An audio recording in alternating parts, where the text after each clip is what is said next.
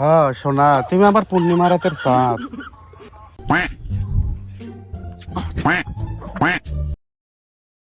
তুমি আমার পূর্ণিমা রাতের চাঁদ, তুমি আমার অমাবস্যা রাতের চাঁদ কলিজা। আমি চোখ বুঝিলেই আমার সামনে তোমার চাঁদ মুখটা ভেসে ওঠে সোনা। চাঁদের তো কলঙ্ক আছে, তোমার তো কোনো কলঙ্ক নেই সোনা।